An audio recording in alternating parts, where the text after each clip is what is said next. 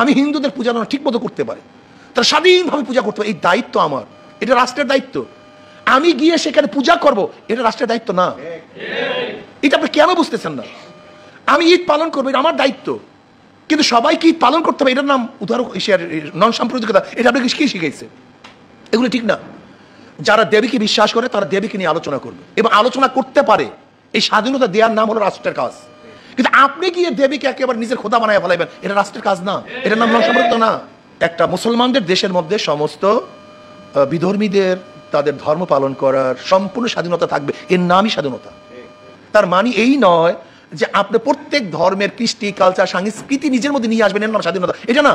আপনার সন্তানের নাম রাখেন বিষ্ণু, আপনার সন্তানের নাম রাখেন কৃষ্ণ, আমার সন্তানের নাম রাখি মোহাম্মদ, আমার ভাইয়ের সন্তানের নাম রাখে মুসা, আমার ভাইয়ের সন্তানের নাম রাখে ঈসা, আমার ভাইয়ের সন্তানের নাম রাখে আয়ুব। আর আপনি বিষ্ণু আর কৃষ্ণ রাখেন কেন? কারণ এই বিষ্ণু, এই কৃষ্ণ, এই মোহাম্মদ, এই মুসা, এই ঈসা আমাদের সামনে ন্যায় এবং সত্য প্রতিষ্ঠার প্রতীক। Concomitant side of the same coin, একই মুদ্রা, এপিঠ এবং ওপিঠ। এপিঠে আছে শাপলা, ওপিঠে আছে আনারস। আমরা একই মুদ্রার এপার এবং ওপার। এইটাই হলো একদিকে রোজা, আরেকদিকে হলো পূজা। এই রোজা এবং পূজা মিলে বাংলাদেশ, রোজা এবং পূজা মিলে ভাটি বাংলা। একসাথে মিলে আমরা একসাথে বড় হব, একসাথেই বেঁচে থাকবো, একসাথেই সংগ্রাম করব, একসাথেই হারিয়ে যাব, একসাথেই উচ্চ। দেবী দুর্গার যে বাণী, সেই বাণীর মধ্যে দিয়ে, সেই বাণী শুধুমাত্র হিন্দু ধর্ম সম্প্রদায়ের বাণী নয়, দেবীর বাণী সমগ্র মানব জাতির বাণী, দেবীর বাণী বাংলাদেশের প্রতিটি জনগোষ্ঠীর বাণী। ধর্ম যার যার উৎসব সবার। আমি আমার শৈশবে আমি এই পূজা মণ্ডপের নাটকও করেছি। আমি আমার শৈশবে আমার বন্ধু বান্ধবদের সঙ্গে নিয়ে আমি বিজয়ার আনন্দ উপভোগ করেছি। যে বৌদ্ধ ধর্ম হচ্ছে শান্তির ধর্ম, বৌদ্ধ ধর্ম হচ্ছে অহিংসার ধর্ম, বৌদ্ধ ধর্ম হচ্ছে মানুষের প্রতি ভালোবাসা প্রেমের ধর্ম। সারা বিশ্বে আপনার হানাহানি বন্ধ করে, যুদ্ধ বন্ধ করে, হিংসাদেশ বন্ধ করে মানুষের মধ্যে একটা প্রীতি ও সৌহার্দ্য সৃষ্টি করাই হচ্ছে এই ধর্মের মূল কথা, মূল বাণী। দুর্গার যে শক্তি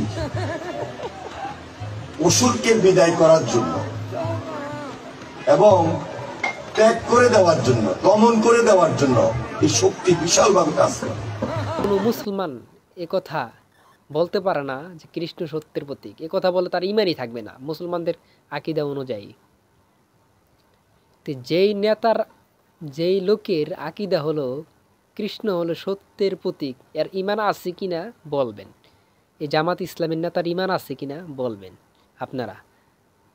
শুধু জামাত ইসলাম না, বিএনপির বহুত নেতারা যা শুরু করছে, হ্যাঁ, তাদের যে বক্তব্য, যে বিশ্বাস, যে আকীদা, এদেরকে কি মুসলমান বলা যায়?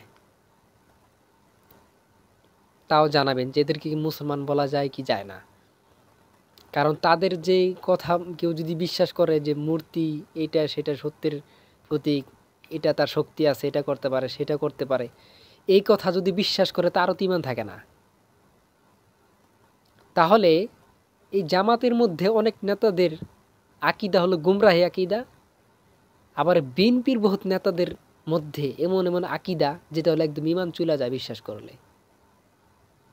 কিন্তু দেখবেন বিএনপির বহুত নেতারা তাদের দলের পক্ষপাতিত্ব হইয়া চরমনায় বিরোধী যা লাগে, অথচ চরমনায় পীর সাহেব শাহেকে চরমনায় তাদের আকীদা কিন্তু ওই রকম না, জামাতের মতো না, বিএনপির কিছু নেতাদের মতো না। তারও বক্তব্য শুনতে পারেন। আমি হিন্দুদের পূজা ঠিক মতো করতে পারি, তারা স্বাধীনভাবে পূজা করতে পারে, এই দায়িত্ব আমার, এটা রাষ্ট্রের দায়িত্ব। আমি গিয়ে সেখানে পূজা করব, এটা রাষ্ট্রের দায়িত্ব না। এগুলো ঠিক না। যারা দেবীকে বিশ্বাস করে তারা দেবীকে নিয়ে আলোচনা করবে এবং আলোচনা করতে পারে, এই স্বাধীনতা দেওয়ার নাম হলো রাষ্ট্রের কাজ। কিন্তু আপনি গিয়ে দেবীকে একেবারে নিজের খোদা বানায় ফেলাইবেন, এটা রাষ্ট্রের কাজ না, এটার নাম নন সাম্প্রদায়িকতা না। এই হলো যে প্রকৃতভাবে ইসলাম আন্দোলন তথা পীর সাহেব চরমনায়ের নেতাদের আকীদা। তো এখানে তিন দলের মধ্যে কাদের আকীদা সঠিক বা সঠিক ইসলামের পথে সেটা বুঝতে পেরেছেন, বেশি বোঝানোর প্রয়োজন মনে করি না।